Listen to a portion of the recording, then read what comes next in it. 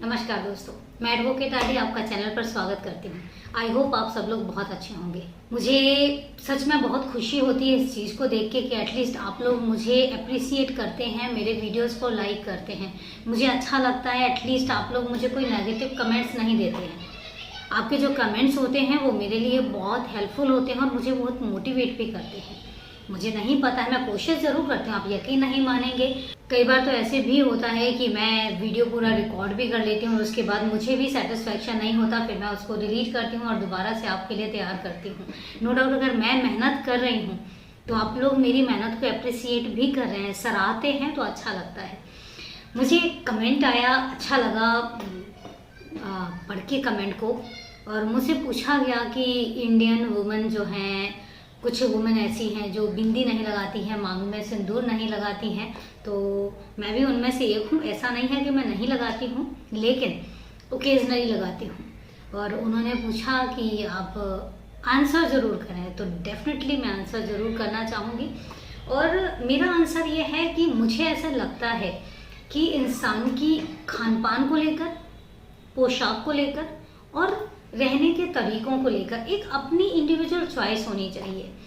मेरी अपनी चॉइस है, मुझे ज़्यादा मेकअप, ज़्यादा श्रृंगार नहीं पसंद है, मैं सिंपल रहना पसंद करती हूँ और इसलिए मैं आपके सामने ऐसी हूँ।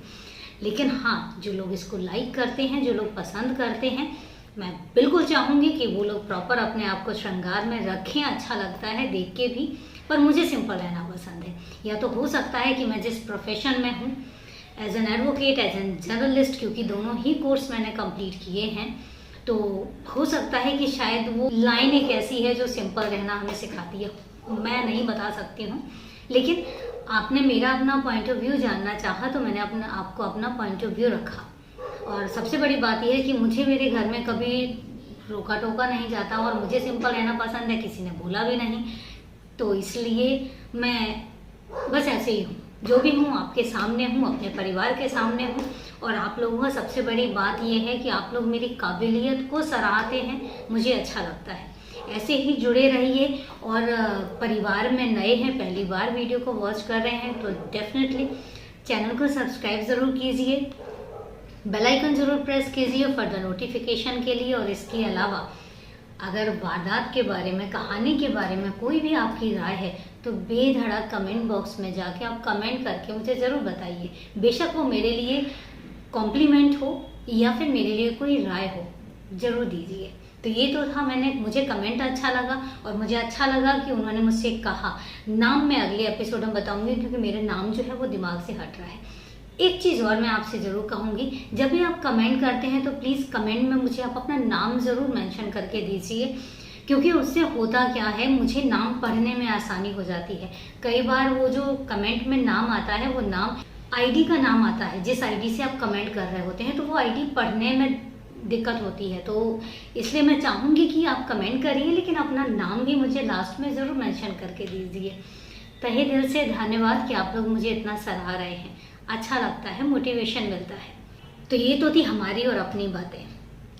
अब बात आती है आज की कहानी की। आज की कोई वारदात नहीं है, लेकिन आज की एक कहानी है। दोस्तों, हमने अपनी ज़िंदगी में पुनर्जन्म से रिलेटेड बहुत सारी कहानियाँ सुनी होंगी।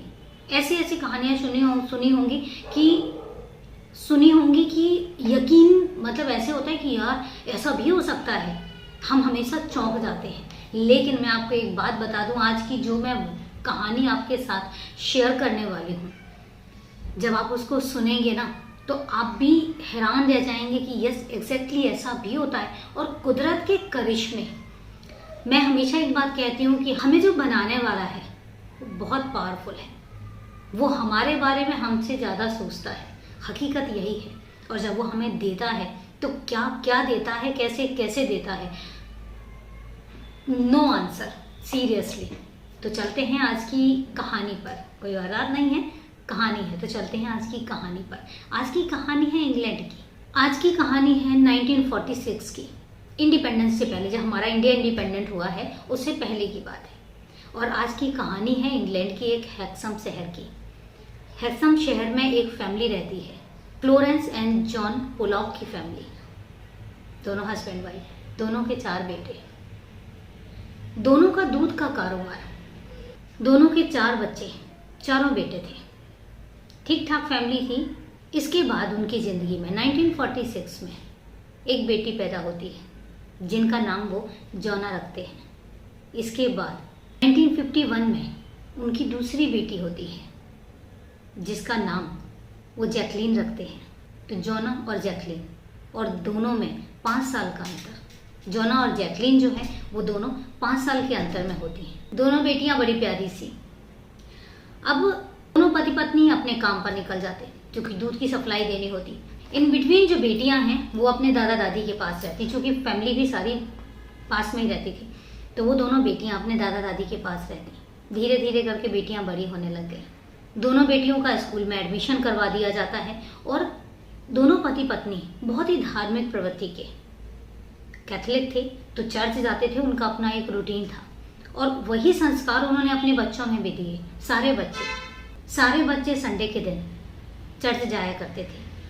और दोनों जो बेटियां हैं जॉना और जैकलीन, दोनों स्कूल से आने के बाद चर्च होते हुए आती थी। और ऐसे ऐसे करते करते 1957 का साल आ जाता है। 1957 में जो जॉना थी वो 11 साल की हो जाती है और जो जैकलीन थी वो 6 साल की हो जाती है और बच्चे बड़े होने लग जाते हैं। 1957 में उनके साथ एक हादसा होता है। 5 मई 1957 का दिन आ जाता है और उस दिन जॉना और जैकलीन दोनों स्कूल से निकलती हैं और अपने घर के लिए आ रही होती हैं। लेकिन उनका जो रूटीन था कि स्कूल से निकलने के बाद वो चर्च जाती हैं। तो दोनों अपनी एक दोस्त के साथ चर्च जा रही होती हैं। जब वो चर्च के रास्ते में होती हैं तो एक पीछे से एक गाड़ी आती है बहुत तेज रफ्तार में और तीनों को हिट कर देती है। तीनों को हिट जैसे ही किया जाता है तो जॉना और जैकलीन दोनों की मौका वारदात पर ही मौत हो जाती है। और इसके बाद जो तीसरी बच्ची थी वो बहुत ही क्रिटिकल हो जाती है। उसको पास के हॉस्पिटल में लेकर जाया जाता है, लेकिन वो बच्ची हॉस्पिटल में दम तोड़ देती है। ये हादसा इतना भयावह था कि जैसे ही उनके पेरेंट्स को ये बात पता लगी तो पेरेंट्स का रो रो के बुरा हाल, उनको यकीन ही ना हो। इधर दूसरी तरफ जब हादसे का पता लगता है तो इन्वेस्टिगेशन की जाती है और समय ना लेते हुए उस कार का पता किया जाता है जिस कार से उन बच्चियों का एक्सीडेंट हुआ था। तो पता चलता है कि वो कार एक लेडी मैक्सोरी चला रही थी। जब मैक्सोरी के बारे में पता चलता है कि वो इतनी स्पीड से क्यों चला रही थी तो पता चलता है कि वो डिप्रेशन की पेशेंट है और वो मेडिसिन लेती है। उस दिन भी जिस दिन एक्सीडेंट हुआ उस दिन भी उसने मेडिसिन का ओवरडोज ले रखा था, बहुत ही हाई डोज ले रखा था और उस हाई डोज के चक्कर में उसको समझ नहीं आया और कार की स्पीड इतनी ज़्यादा थी कि वो कंट्रोल ही नहीं कर पाई। इसके बाद उसका मेडिकल चेकअप करवाया जाता है तो पता चलता है कि सच में वो डिप्रेशन की पेशेंट है।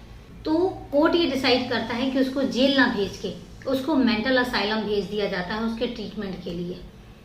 और इसके बाद जो उसके भी 2 बच्चे थे और उनकी कस्टडी उनके परिवार वालों को दे दी जाती है। इधर जब वो जेल में थी, मेंटल असाइलम में थी, तो मेंटल असाइलम में उसने 2 बार सुसाइड करने की कोशिश की लेकिन बचा लिया गया। तो इस तरीके से उसका मेंटल ट्रीटमेंट शुरू हो जाता है। यहाँ दूसरी तरफ जॉना और जैकलीन की जब मौत होती है तो पेरेंट्स को यकीन नहीं होता और वो एक चीज़ कह देते हैं कि ये उम्र नहीं थी उनके जाने की और वो हमें छोड़कर नहीं जा सकते, देखना वो वापस आएंगे। उनका जो एक बिलीव था बहुत स्ट्रांग बिलीव था। जब उनके पास कोई अफसोस करने आता तो हमेशा एक चीज़ कहते, अफसोस मत करो, मेरी जो बेटियां हैं वो हमारे पास वापस लौट के आएंगी। इतना उनको बिलीव था और इस वजह से वो अफसोस नहीं करते थे। लेकिन कहीं ना कहीं उनके दिल और दिमाग पे एक सदमा जरूर लगा था और इसी के चलते आसपास वाले जो जान पहचान वाले थे वो कहते हैं कि तुम इस जगह को छोड़ दो, क्योंकि इस जगह पे रहोगे तो तुम्हें जॉना और जैकलीन की याद हमेशा आती रहेगी। इससे बेटर ये है कि तुम कहीं दूसरी जगह शिफ्ट हो जाओ। और उन्हें भी ये सजेशन अच्छा लगा और इसलिए वो हेक्सम को छोड़कर बिटली वे में शिफ्ट हो जाते हैं और उसके बाद वो उन हादसों से उबरने की कोशिश करने लग जाते हैं। महज 7-8 महीने हुए थे कि एक दिन पता चलता है कि जो फ्लोरेंस प्रेग्नेंट है। जब ये बात पता लगती है घर में तो एक कहीं ना कहीं उनके अंदर थोड़ा सा खुशियाँ, क्योंकि एक बहुत बड़े सदमे से वो निकल रहे थे तो उन्हें एक बहुत बड़ी थोड़ी सी एक खुशी की राहत मिलती है कि चलो वो प्रेग्नेंट है।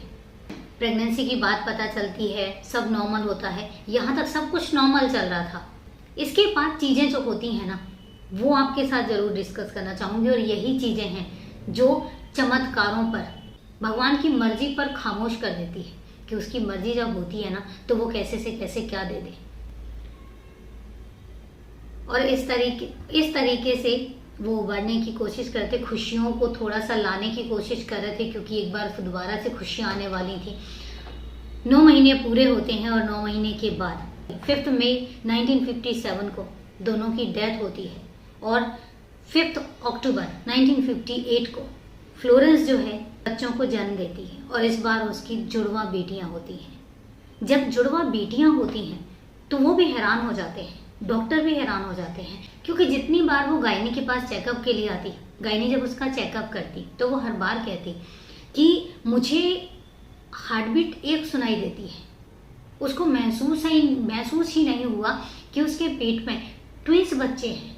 वो कहती मुझे सिर्फ एक हार्ट बीट सुनाई देती है। दूसरी चीज़, जब डॉक्टर ने उसकी पूरी हिस्ट्री निकाल के देखी, पूरा जो फैमिली ट्री होता है, फैमिली ट्री निकाल के देखा कि किसी पे कोई जुड़वा तो नहीं हुआ, तो आज तक का रिकॉर्ड है कि उनकी फैमिली में पीछे जन्मों जन्मों तक ट्विंस नहीं हुए। तो ये चीज़ उन्हें बड़ी हैरान करती है। पर फिर वो एक तसल्ली करते हैं ट्विंस को लेकर, और वो भी दोनों बेटियाँ, कि भगवान ने हमारी सुन ली। हमने कहा था ना कि हमारी बेटियाँ हमारे पास वापस आएंगी। बात यहीं तक नहीं थी। उसके बाद जैसे ही वो पहली बार बच्चियों को देखते हैं तो हैरान रह जाते हैं। बच्चियों के बर्थ मार्क थे, हर किसी के बर्थ मार्क होते हैं, दोनों के बर्थ मार्क थे। जो जोना की जब डेथ हुई तो उसके सर पे एक खरोच का निशान था। इनकी जो जुड़वा बेटियां थी उनमें से एक के सर पे बर्थ मार्क था, वो खरोच वाला निशान था। दूसरी बेटी की भी जहाँ जहाँ पर उनको ये याद है कि उनकी दोनों बेटियों की किस किस जगह पर जब उनका एक्सीडेंट हुआ था तो किस किस जगह पर उनके खरोच के निशान थे। सेम बच्चियों के साथ था, जिस जिस जगह पर उनके खरोच के निशान थे एक्सीडेंट के टाइम पे, उस जगह पर इन दोनों जुड़वा बच्चियों के शरीर पे बर्थ मार्क था, निशान थे। तो ये चीज़ उनको बड़ा हैरान करती है, पर वो खुश होते हैं इस बात को लेके कि हमारी दोनों बेटियां जो हैं वो वापस आ गई, हमारे पास वापस आ गई। इतना ही नहीं, बच्चियां बड़ी होने लग जाती हैं। जब बच्चियां बड़ी होती हैं तो आप यकीन नहीं मानेंगे, नॉर्मली क्या होता है, ट्विंस की शक्ल एक दूसरे से मिलती है और ये 99% ये होता है। लेकिन उनके केस में ये हो रहा था कि दोनों बेटियों की एक दूसरे से शक्ल नहीं मिल रही थी, लेकिन उन दोनों की शक्ल जोना और जैकलीन से मिल रही थी। एक की जोना से मिल रही थी और एक की जैकलीन से मिल रही थी। जब ये चीज़ वो देखते हैं तो फिर उनको एक बार यकीन होता है और उनको फिर एक बार लगता है कि अब चीज़ें हैं, आजमाते चले जाते हैं, देखते चले जाते हैं स्टेप बाय स्टेप और खुश होते रहते हैं कि ये चीज़ भी मिलती है, ये चीज़ भी मिलती है। और वो इतना खुश होते हैं, उनको ये चीज़ समझ आ जाती है कि हमारी बेटियाँ जो है वापस आ गई। फिर भी कहीं ना कहीं वो उनके अंदर तक ये बात थी कि हमारी बेटियां जो हैं वो हमारे पास वापस आ गई। अब जब बच्चे बड़े होते हैं तो उनका नाम रखा जाता है और उन दोनों बच्चियों का नाम रखा जाता है जिलियन और जेनिफर। जिलियन और जेनिफर दोनों बड़ी होने लग जाती हैं और अब लगभग वो 4 साल की हो जाती हैं। जब वो 4 साल की हो जाती हैं तो फिर ये लोग डिसाइड करते हैं कि हमने जोना और जैकलीन की वजह से घर छोड़ा था, कि हम उनके सदमे से उबर नहीं पा रहे थे। अब तो हमारे पास हमारी बेटियां वापस आ गई हैं, तो फिर हम अपने शहर चलते हैं हैक्सम। और वो डिसाइड कर लेते हैं और एक दिन वो अपने शहर पहुंचते हैं। बच्चियां 4 साल की हो चुकी थी। 1958 में उनका जन्म हुआ था और अब आ जाता है 1962 में वो अपने घर वापस एक्सन सिटी में आ जाते हैं। यहाँ एक बार और एक चीज़ होती है कि जब वो अपनी बच्चियों, 4 साल की बच्चियाँ थी वो, जब अपनी बच्चियों को वो बाहर लेके जाते हैं तो वो एक चीज़ नोटिस करते हैं कि जब भी उनके पास से कार निकलती है बच्चियाँ चीखने लग जाती हैं और रोने लग जाती हैं। ये चीज़ उन्होंने एक बार नोटिस की, 2 बार नोटिस की और ये चीज़ उनको समझ में आ गई कि चूंकि बेटियों की हमारी कार एक्सीडेंट में ही डेथ हुई थी, तो इसी वजह से जब भी कार उनके पास से गुजरती वो चीखना और रोना शुरू कर देती। तो वो कोशिश करते कि जब भी वो दोनों बच्चियों को बाहर लेके निकलते तो हमेशा ये कोशिश में रहते कि कम से कम कार वगैरह इन सब चीज़ों से वो उनको दूर रखें। अब जब वो अपने हैक्सन शहर पहुंचते हैं और जैसे ही घर के पास पहुंचते हैं तो यहाँ पे सबसे ज़्यादा हैरान करने वाली बात यहाँ पर आती है। जैसे ही बच्चियाँ कार से उतरती हैं तो सबसे पहले वो दोनों कार से उतरती हैं और भागकर अंदर जाती हैं और अंदर जाके वो उन कमरों में पहुंचती हैं जिस कमरे में वो रहती होती थी। और वो अपने अपने बेड पे, उनके दोनों अलग अलग बेड थे और वो अपने अपने बेड पर ही बैठती हैं। ये चीज जब पेरेंट्स देखते हैं तो पेरेंट्स हैरान रह जाते हैं कि इतने सारे कमरे हैं, उनके भाइयों के भी कमरे हैं, उनके पेरेंट्स के भी कमरे हैं, लेकिन वो दोनों बच्चियां अपने कमरे में पहुंचती हैं और अपने अपने बेड पर बैठी होती हैं। इतना ही नहीं, यहाँ से एक और भी हैरान करने वाली चीजें आती है कि उसके बाद वो उस जगह पर जाती हैं जहाँ पर उनके टॉयज रखे होते हैं और वो उन ड्रॉर में से वही टॉयज निकालती हैं जिन टॉयज को से वो सबसे ज्यादा खेला करती थी और जो टॉयज उनके फेवरेट थे। पेरेंट्स फिर एक बार हैरान होते हैं। और इतना ही नहीं, क्योंकि जब जोना और जैकलीन थे उन्होंने अपने टॉयज के नाम रखे हुए थे, जैसे हम भी अपने टॉयज के नाम रखते हैं, सेम वैसे ही उन्होंने भी अपने नाम रखे हुए थे। और यहाँ पर जिलियन और जेनिफर दोनों उन टॉयज को उन्हीं नाम से बुलाते हैं और यहाँ पर पेरेंट्स एक कहते हैं ना मोहर लगा देते हैं, वो मोहर लगा देते हैं कि हमारी बेटियां हमारे पास वापस आ गई हैं। इसके बाद वो फिर एक बार आजमाना शुरू करते हैं। जब होता है ना, जब हमें ये कंफर्म हो जाता है कि ये हमारे बच्चे, हम उनको आजमाना शुरू कर देते हैं। अब वो क्या करते हैं, उनको घर से बाहर निकालते हैं।